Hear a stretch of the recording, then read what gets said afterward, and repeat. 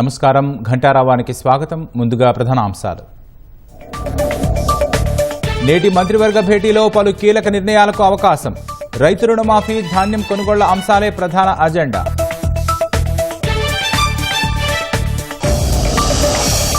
తెలంగాణ సంక్షిప్త పదాన్ని ఇకపై టీఎస్కు బదులుగా టీజీగా రాయాలి. ఆదేశాలు జారీ చేస్తూ సీఎస్ శాంతికుమారి ఉత్తర్వులు.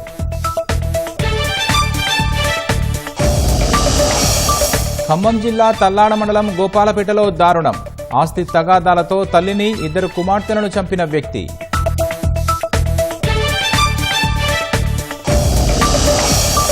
అనంతపురం జిల్లా గుత్తి సమీపంలో రోడ్డు ప్రమాదం. లారీని కారు ఢీకొన్న ఘటనలో 5 దుర్మరణం.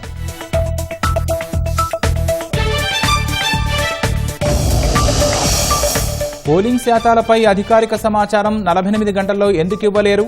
ఎన్నికల సంఘానికి వారం గడువిస్తూ సుప్రీంకోర్టు ప్రశ్న.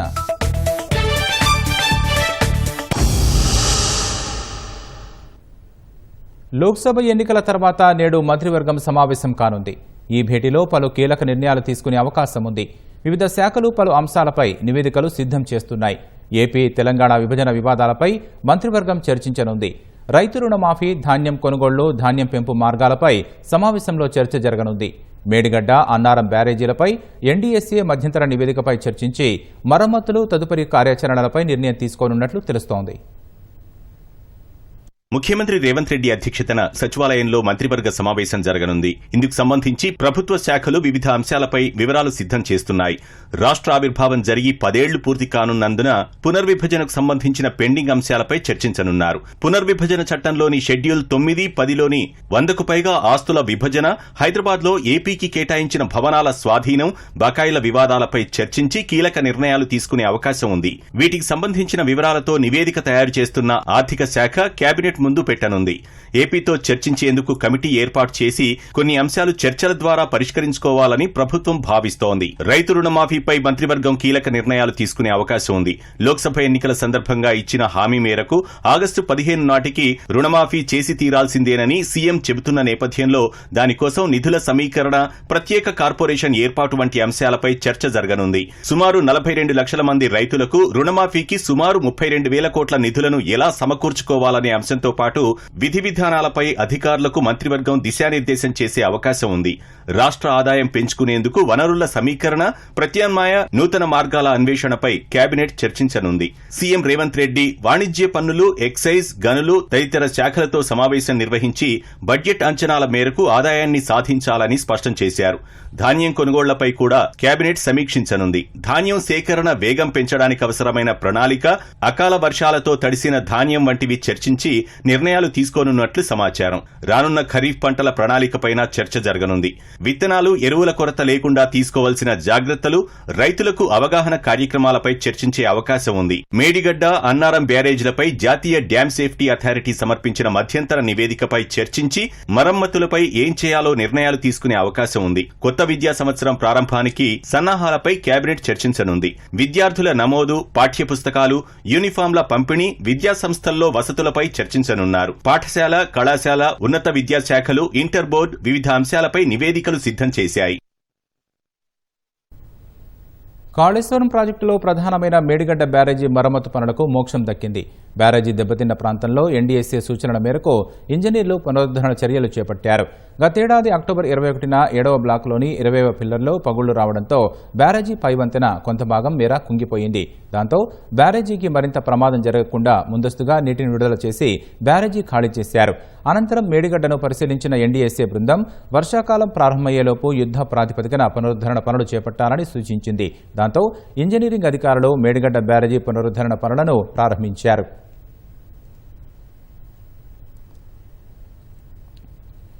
రాష్ట్రంలో 2 లక్షల రైతు రుణమాఫీకి ప్రభుత్వం కసరత్తులు చేస్తోంది. ప్రత్యేక కార్పొరేషన్ లేదా ఇతర ప్రత్యామ్నాయ మార్గాలను అధికార యంత్రాంగం అన్వేషిస్తోంది. ఈ మేరకు రాష్ట్ర స్థాయి బ్యాంకర్ల విభాగం ఇప్పటికే ప్రాథమిక అంచనాలకు వచ్చినా ప్రభుత్వ నిర్ణయం మేరకు ముందుకెళ్లాలని భావిస్తోంది. ఏ అంశాలను పరిగణలోకి తీసుకుని 2 లక్షల రూపాయల రుణమాఫీ రైతులకు వర్తింపజేయాలన్న దానిపై బ్యాంకర్లు కసరత్తు చేయనున్నారు. రాష్ట్రంలో సార్వత్రిక ఎన్నికల ప్రక్రియ పూర్తి కావడంతో పాలనకే సమయాన్ని కేటాయిస్తున్న ముఖ్యమంత్రి రేవంత్ రెడ్డి ప్రతిష్టాత్మకంగా భావిస్తున్న రైతు రుణమాఫీపై ప్రత్యేక దృష్టి సారించారు. ఇందులో భాగంగా అధికార యంత్రాంగానికి దిశానిర్దేశం చేస్తున్నారు. గత ఏడాది డిసెంబర్ 3వ తేదీ వరకు తీసుకున్న రుణాల్లో 2 లక్షలు ఏకకాలంలో రుణమాఫీ చేయాల్సి ఉన్నందున ఇదే అంశంపై పార్టీకి చెందిన పలువురు సీనియర్ నేతలు రాష్ట్ర స్థాయి బ్యాంకుల విభాగం అధికారులతో సమావేశమై చర్చించారు. రైతు సంక్షేమ కార్పొరేషన్ ఏర్పాటు చేసి ఆదాయ వనరులను సమకూర్చి తద్వారా తీసుకున్న రుణంతో రుణమాఫీకి ఉపయోగించాలని ప్రభుత్వం యోచిస్తోంది. ఈ తరహాలో సాధ్యం కాకపోతే ఆర్బీఐ మార్గదర్శకాల మేరకు ప్రత్యామ్నాయాలపైన కసరత్తు చేస్తున్నట్లు సమాచారం.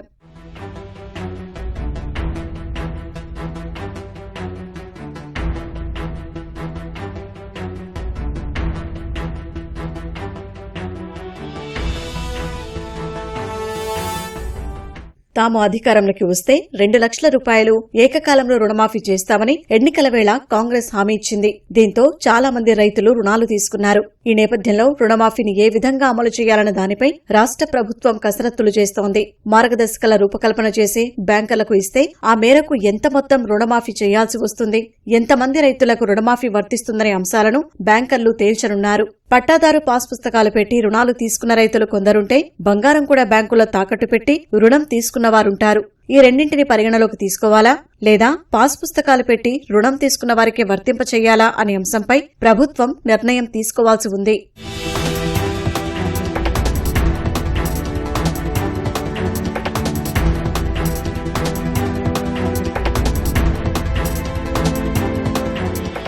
ఇక 2 లక్షల వరకు రుణమాఫీ అంటున్నందున అంతకు మించి రుణాలు తీసుకున్న రైతులకు కూడా నిర్దేశించిన 2 లక్షలను వర్తింపచేస్తారా లేదా అన్న దానిపై కూడా ప్రభుత్వం తేల్చాల్సి ఉంది.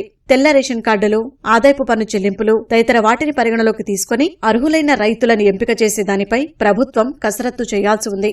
అయితే 2-3 రకాల మార్గదర్శకాలను బ్యాంకులకు ఇచ్చి ఏ అంశాలను పరిగణలోకి తీసుకుంటే ఎంత మొత్తం రుణమాఫీ చేయాల్సి ఉంటుందో నివేదికలు తీసుకోనుంది. ఆ తర్వాతే అఖిలపక్ష సమావేశం ఏర్పాటు చేసి రుణమాఫీపై ఓ నిర్ణయం తీసుకునే అవకాశం ఉన్నట్లు కాంగ్రెస్ వర్గాలు చెబుతున్నాయి. రాష్ట్రంలో ధరణి సమస్యల పరిష్కారానికి ఉద్దేశించి ఏర్పాటైన కమిటీ ఇవాళ మధ్యాహ్నం సమావేశం కానుంది. కమిటీ సభ్యులైన కోదండరెడ్డి, సీసీఎల్ఏ మాజీ chief commissioner Raymond Peter, NALSAR university professor, న్యాయ నిపుణులు సునీల్ కుమార్, ప్రత్యేక గ్రేడ్ రిటైర్డ్ కలెక్టర్ మధుసూదన్ సమావేశమై ఇప్పటివరకు తమ దృష్టికి వచ్చిన అంశాలు, ప్రభుత్వానికి ఇటీవల ఇచ్చిన మధ్యంతర నివేదిక, తర్వాత పరిణామాలపై చర్చించే అవకాశం ఉంది. అదేవిధంగా కమిటీకి కానీ ప్రభుత్వానికి కానీ తెలియకుండా CCLA chief commissioner Naveen Mittal జిల్లా కలెక్టర్లకు సర్క్యులర్ జారీ చేయడాన్ని ధరణి కమిటీ తీవ్రంగా పరిగణిస్తోంది. ధరణి సమస్యలతో ఇప్పటికీ రైతులు ఎదుర్కొంటున్న ఇబ్బందులు, అధికారుల వ్యవహారంపై చర్చించి ప్రభుత్వం దృష్టికి తీసుకెళ్లడంతో పాటు ఇలాంటి సమస్యలు పునరావృతం కాకుండా స్పష్టమైన ఆదేశాలు ఇప్పించేలా ఇవాల్టి భేటీలో చర్చించే అవకాశం ఉన్నట్లు తెలుస్తోంది. ప్రభుత్వ విభాగాలన్నీ ఇక నుంచి తెలంగాణను టీఎస్ బదులుగా టీజీగానే ప్రస్తావించాలని ఉత్తర్వులు జారీ అయ్యాయి. వాహనాల రిజిస్ట్రేషన్లలో తెలంగాణ సంక్షిప్త పదాన్ని టీజీగా పేర్కొనేందుకు కేంద్ర ప్రభుత్వం అనుమతినిస్తూ గెజెట్ నోటిఫికేషన్ ఇచ్చింది. ఈ నేపథ్యంలో అధికారిక సమాచారాల్లో అంతటా టీజీగా ప్రస్తావించాలని ప్రభుత్వం నిర్ణయించింది. ఈ మేరకు రాష్ట్ర ప్రభుత్వ ప్రధాన కార్యదర్శి శాంతికుమారి ఉత్తర్వులు జారీ చేశారు.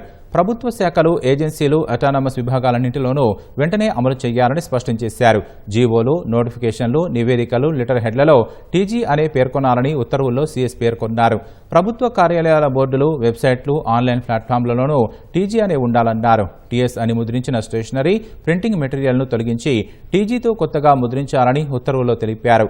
ఉత్తర్వులు అమలు చేసి ఈ నెల 31 నాటికి సాధారణ పరిపాలనా శాఖకు నివేదిక సమర్పించాలని వివిధ శాఖల కార్యదర్శులను సీఎస్ శాంతికుమారి ఆదేశించారు.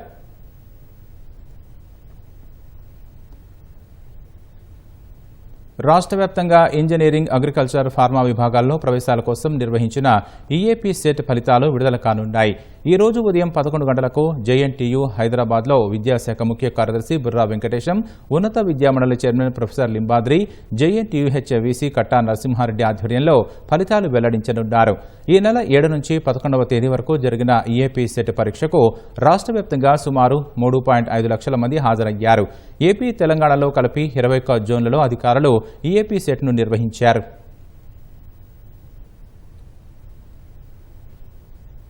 తెలంగాణ ఉద్యమకారుడు గోసుల శ్రీనివాస్ యాదవ్ పత్రికా వ్యాసాల సంకలనం సన్ ఆఫ్ ద సాయిల్ భూమిపుత్రుడు పుస్తకాన్ని భారాస అధినేత కేసీఆర్ ఆవిష్కరించారు. ఎర్రవల్లిలోని కేసీఆర్ వ్యవసాయ క్షేత్రంలో పుస్తకావిష్కరణ జరిగింది. ఈ కార్యక్రమంలో మాజీ మంత్రి హరీష్ రావు, సీనియర్ నేత బాలమల్లు పాల్గొన్నారు. తెలంగాణ ఉద్యమం 10 ఏళ్ల భారాస పాలనలో వివిధ పత్రికల్లో రాసిన వ్యాసాలను సంకలనం చేసి శ్రీనివాస్ యాదవ్ ఈ పుస్తకాన్ని తీసుకొచ్చారు. లోక్సభ ఎన్నికలు ముగియడంతో ప్రధాన పార్టీలన్నీ శాసనమండలి పట్టభద్రుల నియోజకవర్గం ఉప ఎన్నికపై దృష్టి సారించాయి. వరంగల్, ఖమ్మం, నల్గొండ ఎమ్మెల్సీ నామినేషన్ల ఉపసంహరణ అనంతరం అభ్యర్థుల తుది జాబితా వెల్లడైంది. దీంతో అభ్యర్థులు అందరూ ప్రచారంలో దూసుకుపోతున్నారు. మొత్తం 52 మంది అభ్యర్థులు పోటీలో ఉన్నారు. ఈ నెల 27న పోలింగ్ జరగనున్న నేపథ్యంలో 25 సాయంత్రం 4 గంటల వరకే ప్రచారానికి గడువు మిగిలి ఉంది. వరంగల్, ఖమ్మం, నల్గొండ పట్టభద్రుల ఎమ్మెల్సీ ఉప ఎన్నికకు సమయం దగ్గర పడుతుండటంతో ఆయా పార్టీల నేతలు, అభ్యర్థులు ఉమ్మడి జిల్లాల పరిధిలో తమదైన శైలిలో ప్రచారం చేస్తున్నారు. 2021లో ఎమ్మెల్సీగా గెలుపొందిన పళ్ల రాజేశ్వరరెడ్డి ఇటీవల జరిగిన శాసనసభ ఎన్నికల్లో జనగామ ఎమ్మెల్యేగా గెలుపొందడంతో ఆయన ఎమ్మెల్సీ పదవికి రాజీనామా చేశారు. దాంతో ఈ ఎన్నిక అనివార్యమైంది. ప్రధాన పార్టీలైన కాంగ్రెస్ నుంచి చింతపండు నవీన్, భారాస నుంచి ఏనుగుల రాకేష్ రెడ్డి, భాజపా నుంచి గుజ్జుల ప్రేమేందర్ రెడ్డి పోటీలో ఉన్నారు. కాగా వీరితో పాటు మొత్తం 52 మంది బరిలో నిలిచారు. అయితే తాజా జాబితా ప్రకారం మొత్తం 4,61,786 మంది పట్టభద్రుల ఓటర్లు ఉన్నారు. అందులో పురుషులు 2,86,993 మంది, మహిళలు 1,74,788 మంది, మరో 5 ఇతరులు ఉన్నారు. మహిళా ఓట్ల కన్నా పురుషుల ఓట్లు 1,12,205 ఎక్కువగా ఉన్నాయి. గతంతో పోల్చితే 43,777 ఓట్లు తగ్గాయి. ఈ నెల 27న ఎమ్మెల్సీ ఎన్నికకు పట్టభద్రులు ఓటు హక్కును వినియోగించుకోవాల్సి ఉంది. జూన్ 5న లెక్కింపు ప్రక్రియతో విజేతల వివరాలు వెల్లడిస్తారు. వరంగల్, ఖమ్మం, నల్గొండ ఈ 3 ఉమ్మడి జిల్లాల్లో 34 ఎమ్మెల్యే స్థానాలు ఉన్నాయి. పట్టభద్రుల ఎమ్మెల్సీ ఎన్నికల్లో డిగ్రీ పూర్తి చేసిన వారికే ఓటు హక్కు ఉంటుంది. చదువుకున్నవారు అయినప్పటికీ గడిచిన ఎన్నికల్లో 21,636 ఓట్లు చెల్లలేదు. సాధారణ ఓటు హక్కు మాదిరిగా కాకుండా పట్టభద్రులు ప్రాధాన్య క్రమంలో తమ ఓటు హక్కును వినియోగించుకోవాల్సి ఉంటుంది. అంటే పోటీలో నిలిచిన అభ్యర్థులకు ప్రాధాన్య క్రమంలో ఓటేయాలి. ఈ విధానంపై కొందరికి అవగాహన లేకపోవడంతో ఇలాంటి పరిస్థితి నెలకొంది. ఇతర ఎన్నికల మాదిరిగానే ఎమ్మెల్సీ ఎన్నికలకు సైతం ఎన్నికల ప్రవర్తన నియమావళి ఒకే విధంగా ఉంటుందని నల్గొండ కలెక్టర్, ఎమ్మెల్సీ ఎన్నికల రిటర్నింగ్ అధికారి హరిచంద్ర తెలిపారు.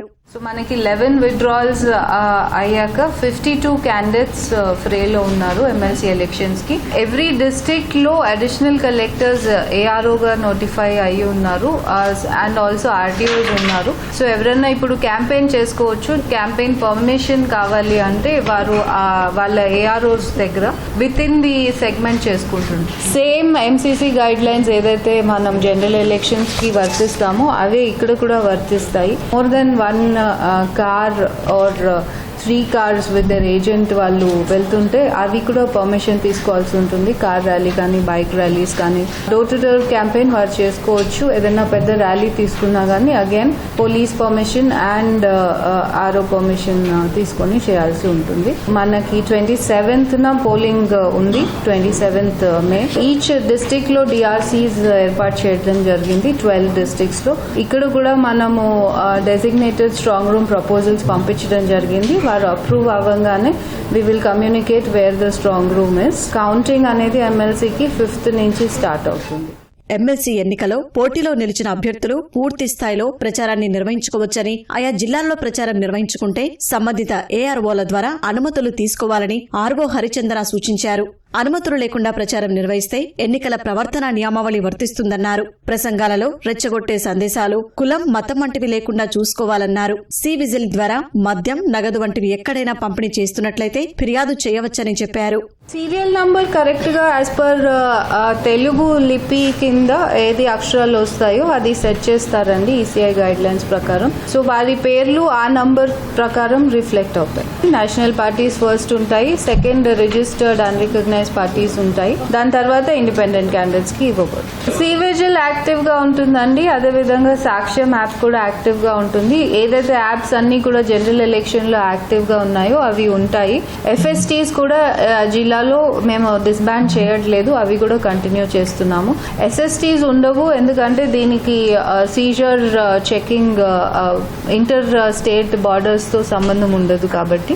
సో ప్రాబ్లం అయితే ఎక్కడా లేదు. బాక్సెస్ ని రిపేర్ చేయడం, వాటిని కరెక్ట్ షేప్ లో చూసి వాటిని సర్టిఫై చేయడం కూడా ప్రాసెస్ స్టార్ట్ అయింది. ఇప్పుడు బ్యాలెట్ పేపర్ ప్రింటింగ్ ప్రాసెస్ కూడా it's on going. So everything is on schedule.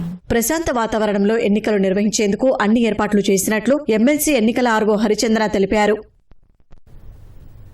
Warangal, Khammam, Nalgonda పట్టభద్రుల నియోజకవర్గం ఉప ఎన్నికపై భాజపా ప్రత్యేక దృష్టి కేంద్రీకరించింది. విజయమే లక్ష్యంగా వ్యూహాత్మకంగా ముందుకు సాగుతోంది. మండలిలో తమ బలం పెంచుకునేందుకు ఈ ఉప ఎన్నికల్లో గెలిచి సత్తా చాటాలని భావిస్తోంది. పట్టభద్రులను తమ వైపునకు తిప్పుకోవడానికి ప్రయత్నిస్తోంది. ఉద్యోగ, నిరుద్యోగ యువతకు కాంగ్రెస్ భారాసాలు చేసిన మోసాలను వివరిస్తూ మండలిలో పట్టభద్రుల గళం వినిపించేందుకు భాజపాను గెలిపించాలని కమలదళం ఓట్లు అభ్యర్థిస్తోంది. వరంగల్, ఖమ్మం, నల్గొండ పట్టభద్రుల నియోజకవర్గం ఎమ్మెల్సీ ఉప ఎన్నికకు బరిలో దిగిన అభ్యర్థులు ప్రచారాన్ని ముమ్మరం చేశారు. ఈ నెల 27న పోలింగ్ ఉండడంతో 3 ప్రధాన పార్టీలు పట్టభద్రుల్ని ప్రసన్నం చేసుకునే పనిలో పడ్డాయి. భాజపా అభ్యర్థిగా రాష్ట్ర ప్రధాన కార్యదర్శి గత ఎన్నికల్లో ఈ స్థానం నుంచి పోటీ చేసిన గుజ్జుల ప్రేమేందర్ రెడ్డిని బరిలోకి దింపింది. లోక్సభ ఎన్నికల ప్రచారం ముగియడంతో కమలదండు ప్రేమేందర్ రెడ్డి విజయం కోసం అహర్నిశలు శ్రమిస్తోంది. ఉప ఎన్నికకు సంబంధించి పట్టభద్రుల ఓటు నమోదు నుంచే ప్రత్యేక దృష్టి పెట్టింది.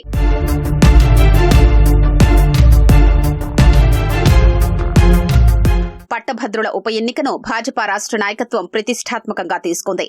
జిల్లాల వారీగా సమావేశాలు నిర్వహిస్తోంది. పార్టీ ముఖ్య నేతలు సైతం ఉమ్మడి వరంగల్, ఖమ్మం, నల్గొండ జిల్లాలో పర్యటిస్తూ భాజపా అభ్యర్థిని గెలిపించాలని కోరుతున్నారు. గత భారాస సర్కార్, ప్రస్తుత కాంగ్రెస్ ప్రభుత్వ వైఫల్యాన్ని ఎండగడుతూ నిరుద్యోగులకు న్యాయం జరగాలంటే ప్రశ్నించే గొంతుకను గెలిపించాలని ముమ్మరంగా ప్రచారం చేస్తున్నారు. అసెంబ్లీ ఎన్నికల్లో ఆశించిన ఫలితాలు రాకపోయినప్పటికీ మంచి ఓట్లు, సీట్లు సాధించిన కాషాయదళం అదే ఉత్సాహంతో లోక్సభ ఎన్నికల్లోనూ పనిచేసింది. లోక్సభ ఎన్నికల్లో భాజపాకు మోదీ వేవ్ బాగా కలిసొచ్చిందని, ఇదే వేవ్ను పట్టభద్రుల ఉప ఎన్నికల్లోనూ అందిపుచ్చుకోవాలని రాష్ట్ర నాయకత్వం భావిస్తోంది.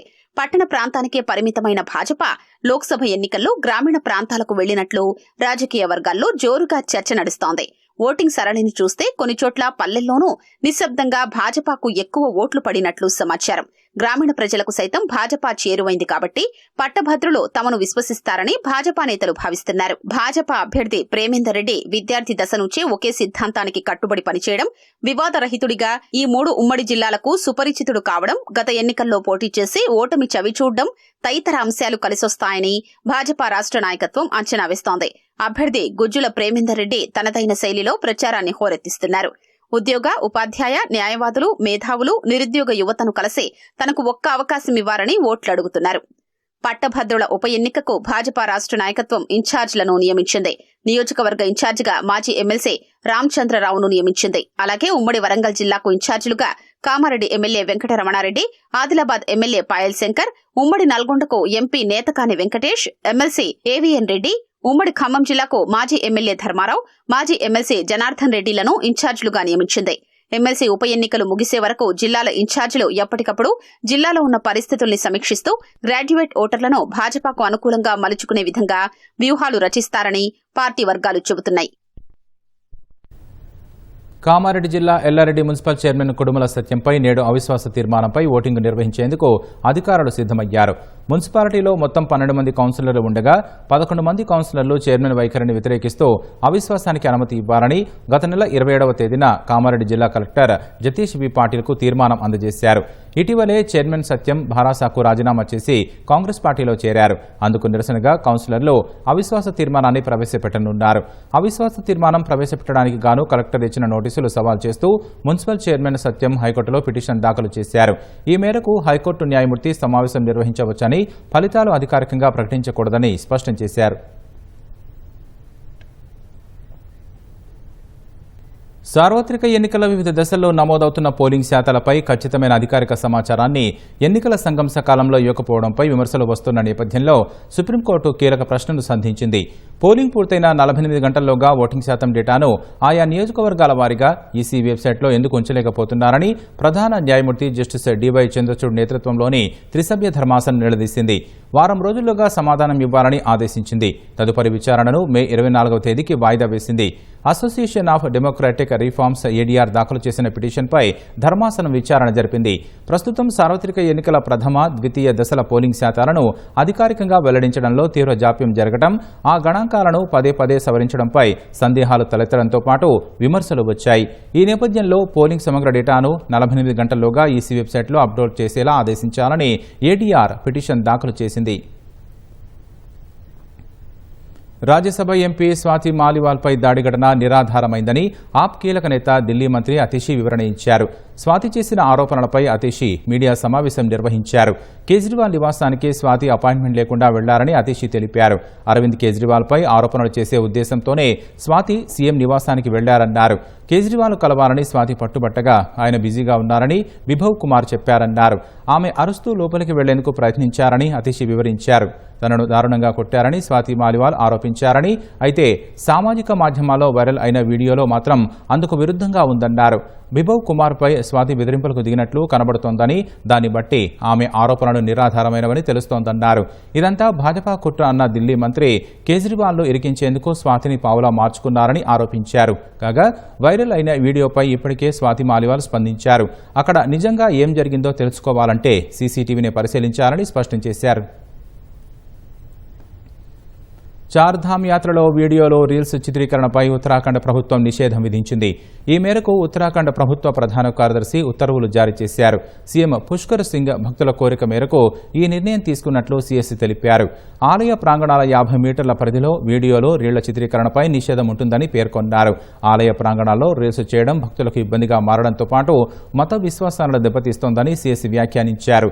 చార్ధామ్ యాత్రకు దేశ విదేశాలకు చెందిన 26 లక్షల మంది భక్తులు తమ పేర్లు నమోదు చేసుకున్నట్లు అధికారులు తెలిపారు. హరిద్వార్, రిషికేశ్కు గతేడాది కంటే ఈసారి రెట్టింపు సంఖ్యలో భక్తులు వస్తున్నారని చెప్పారు. ఈ నెల 10న కేదార్నాథ్ ఆలయం ద్వారాలు తెరిచిన నాటి నుంచి 1,00,000 మందికి పైగా భక్తులు దర్శించుకున్నట్లు దేవస్థానం వర్గాలు తెలిపాయి. హిందువులు పరమ పవిత్రంగా భావించే చార్ధామ్ యాత్ర యమునోత్రి నుంచి మొదలై గంగోత్రి, కేదార్నాథ్ మీదుగా బద్రీనాథ్ వద్ద ముగుస్తుంది. ముఖ్యమంత్రి రేవంత్ రెడ్డిని హైదరాబాద్లోని ఆయన నివాసంలో పలువురు సినీ దర్శకులు కలిశారు. ఈ నెల 19న డైరెక్టర్స్ డే సందర్భంగా నిర్వహించే కార్యక్రమానికి రావాలని సీఎంను ఆహ్వానించారు. దర్శకులు రామ్ గోపాల్ వర్మ, హరీష్ శంకర్, అనిల్ రావిపూడి, వీరశంకర్ తదితరులు ముఖ్యమంత్రిని కలిశారు. వీరి వెంట కాంగ్రెస్ నేత రోహిణి రెడ్డి తదితరులు ఉన్నారు. బుల్లితెర నటుడు చంద్రకాంత్ బలవన్మరణానికి పాల్పడ్డాడు. మణికొండలోని తన నివాసంలో సీలింగ్ ఫ్యాన్కు డోర్ కర్టెన్తో ఉరేసుకొని ఆత్మహత్యకు పాల్పడ్డారు.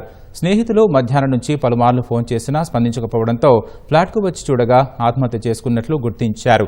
4 రోజుల క్రితం త్రినయని సీరియల్ నటి పవిత్ర జయరాంతో కలిసి ఆయన బెంగళూరు నుంచి కారులో వస్తుండగా మహబూబ్నగర్ వద్ద రోడ్డు ప్రమాదం జరిగింది. ఈ ప్రమాదంలో పవిత్ర జయరాం మృతి చెందగా చంద్రకాంత్కు గాయాలయ్యాయి.